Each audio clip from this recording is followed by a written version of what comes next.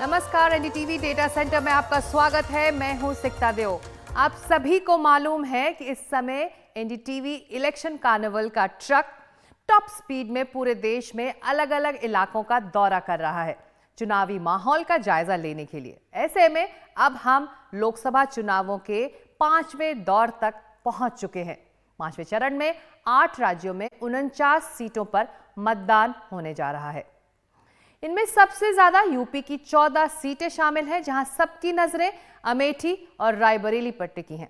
स्मृति ईरानी अमेठी से मैदान में है, तो वहीं सोनिया गांधी की विरासत बचाने के लिए राहुल गांधी रायबरेली में उतरे हैं।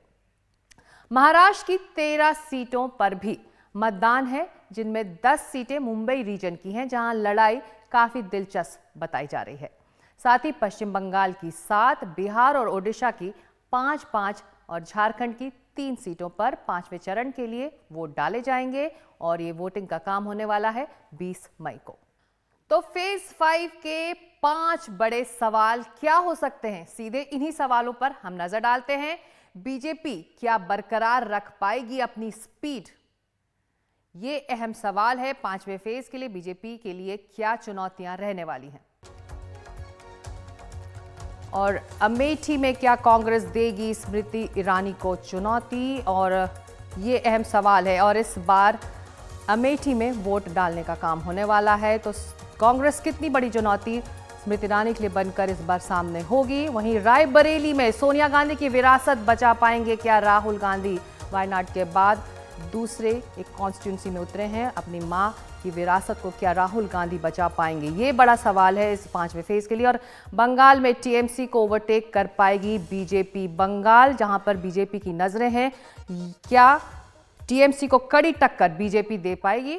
तो ये तमाम बड़े सवाल हैं जिसकी चर्चा हम अगले आधे घंटे करने वाले हैं। हमारे साथ 2 खास मेहमान, अमिताभ तिवारी राजनीतिक विश्लेषक और साथ ही अदिति फडणवीस राजनीतिक विश्लेषक, कंसल्टिंग एडिटर हैं बिजनेस स्टैंडर्ड की। आप दोनों का स्वागत है। अमिताभ जी, अगर मैं आपसे शुरू करूं, बीजेपी क्या ओवरटेक कर पाएगी या फिर जो अपनी स्पीड है 5वें फेज में मेंटेन कर पाएगी? चुनौतियां किस इस वक्त आप बीजेपी के लिए क्या देख रहे हैं?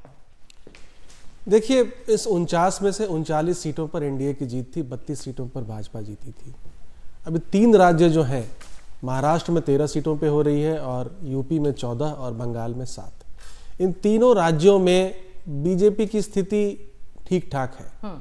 अगर आप यूपी की बात करें तो यूपी में एक कमजोर गठबंधन उनके सामने है। बसपा जो है वो इंडिया ब्लॉक का हिस्सा नहीं है। बीजेपी सारी सीटें पिछली बार जीती थी, सिर्फ रायबरेली को छोड़ करके। रायबरेली अमेठी में इस बार भी कांटे की टक्कर रहेगी। महाराष्ट्र की बात करें तो मुंबई थाने रीजन में लार्जली यहाँ पर इलेक्शन होने वाला है इस बार। वहाँ पर 5 सीटों पर दोनों सेना गुट जो हैं, उद्धव ठाकरे और शिंदे गुट के बीच में टक्कर है, तो वहाँ लेगेसी की फाइट है, अलाइज को नुकसान हो सकता है। बंगाल में 7 सीटों पर साउथ और प्रेसिडेंसी एरिया में इस बार चुनाव हो रहे हैं। वहां पर 4-3 था पिछली बार, तो वहां पर भी टक्कर कांटे की हो सकती है, क्योंकि सीपीएम और कांग्रेस भी वहां चैलेंज जो है वो टीएमसी को कहीं ना कहीं दे रही है। जी, अब 2019 पर नजर डाला दीदी जी अगर, तो 5वें फेज में 12 ऐसी सीटें थी जहां बीजेपी 10% से कम अंतर में जीती थी। तो ये एक चैलेंज बना हुआ है बीजेपी के लिए इस वक्त। चैलेंज तो है, लेकिन मेरे ख्याल से इन सीटों की कहानी उतनी ही भाजपा की है जितनी इंडिया अलायंस के अलायंस पार्टनर्स की। और उदाहरण के तौर पर अगर देखा जाए तो अमेठी और रायबरेली में कितना सपा कांग्रेस की मदद करती है, ये एक बहुत क्रूशल सवाल है। उधर महाराष्ट्र में मुंबई ठाणे में ये देखना है कि बाकी जो अलायंस पार्टनर्स हैं उद्धव ठाकरे के गुट के महा विकास अघाड़ी के, वो लोग कितनी मदद करते हैं उद्धव ठाकरे को। तो उतनी ही भाजपा की लड़ाई है जितनी इंडिया अलायंस में अलायंस की। और मेरे ख्याल से सबसे बड़ी टक्कर इन दोनों में है। बहुत सारी 5 स्टार सीटें भी हैं अमिताभ जी इस बार इस फेज में। जिस आपके लिए कौन सा दिलचस्पी रहेगी इस 5 स्टार सीट्स में, अगर हम उनकी? देखिए, राजनाथ सिंह, स्मृति ईरानी, राहुल गांधी, पीयूष गोयल, ये सब लोग लड़ रहे हैं, उज्जवल निकम लड़ रहे हैं।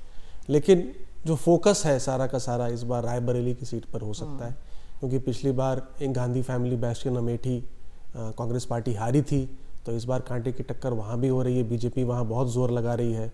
समाजवादी पार्टी क्या अपना पूरा का पूरा वोट ट्रांसफ़र कर सकती है कि नहीं कांग्रेस पार्टी को, इसके ऊपर सारा सवाल है। और बीजेपी तो लगी हुई है कि गांधी फैमिली की एकमात्र बैस्टियन बची हुई है, उसको कहीं ना कहीं ढहा दिया जाए।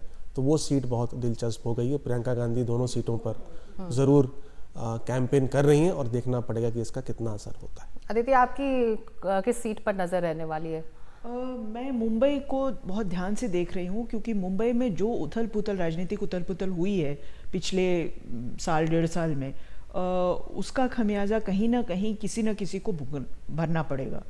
और ये शिंदे गुट होगा या उद्धव ठाकरे का गुट होगा या शरद पवार एक तरह से अपना गुर दिखा पाएंगे या नहीं, ये सब सवाल हैं। तो मुंबई में, महाराष्ट्र में सारी सीटें ही बहुत ही इंटरेस्टिंग हैं, लेकिन ये सीटें भी काफ़ी तो मुंबई रीजन की जो 10 सीटें हैं वो दिलचस्प होने वाले हैं। बिल्कुल बिल्कुल बिल्कुल। तो हम इन पर चर्चा जारी रखेंगे। हम लौट रहे हैं इस छोटे से ब्रेक के बाद। डेटा सेंटर में 5वें फेज़ का चुनाव हो रहा है और अब जिन सीटों पर खासी एक तरह से नज़र है सबकी, वो है जो 5 सवाल भी हैं हमारे पास जो हम पूछ रहे हैं आज हमारे राजनीतिक विश्लेषकों से। बीजेपी बरकरार रख पाएगी क्या अपनी स्पीड? कौन दिखाएगा मुंबई रीजन में 10 का दाम?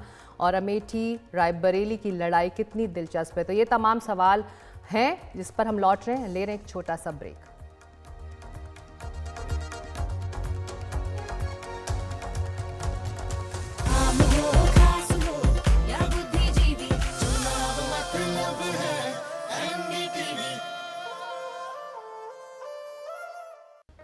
आप देख रहे हैं एनडीटीवी का डेटा सेंटर और आज हम चर्चा कर रहे हैं 5वें फेज़ के अहम सवालों पर। 5वें फेज़ 2019 का अगर बीजेपी का स्ट्राइक रेट देखें अमिताभ जी, तो वो 80% था। ऐसे में अगर 2024 में बीजेपी को मिशन 370 रखना है अपने लिए, तो उसको 84 करना पड़ेगा, 84%। तो क्या ये फेज़ उतना चुनौती भरा रहेगा या फिर आसान रहेगा बीजेपी को ये हासिल करने के लिए? नहीं, देखिए इस बार चुनौतियां तो हैं, हर राज्य में चुनौती है, थोड़ा कहीं ना कहीं लोकलाइज हो गया है चुनाव, लेकिन लार्जली ये जो स्टेज है, ये जो फेज़ है, ये मेंटेन स्टेज है बीजेपी के लिए, क्योंकि 80% की स्ट्राइक रेट जैसा आप बता रही हैं ऑलरेडी है। पूरे 2019 के चुनाव में जो स्ट्राइक रेट था वो 69% था, उससे ऑलरेडी बहुत ज़्यादा है। कांग्रेस के लिए भी कहीं ना कहीं चुनौती है। सिर्फ एक सीट जीती थी कांग्रेस यहाँ पर, वो भी रायबरेली की सीट, उसकी स्ट्राइक रेट 3% की थी, जबकि उसकी नेशनल स्ट्राइक रेट 12% की। 18 सीटों पे वो लड़ रही है। तो कांग्रेस को भी यहाँ पर बहुत पुल अप करना पड़ेगा अपने प्रॉस्पेक्ट्स को इम्प्रूव करने के लिए और अपनी टैली बढ़ाने के लिए। आप वोटिंग परसेंटेज अदिति जी हम देखें अगर 19 और 24 के, तो चौथा चरण आते आते 0.1% वोटिंग परसेंट बढ़ा। इसमें 5th फेज़ को लेकर भी बहुत उम्मीदें हैं सभी राजनीतिक पार्टियों की।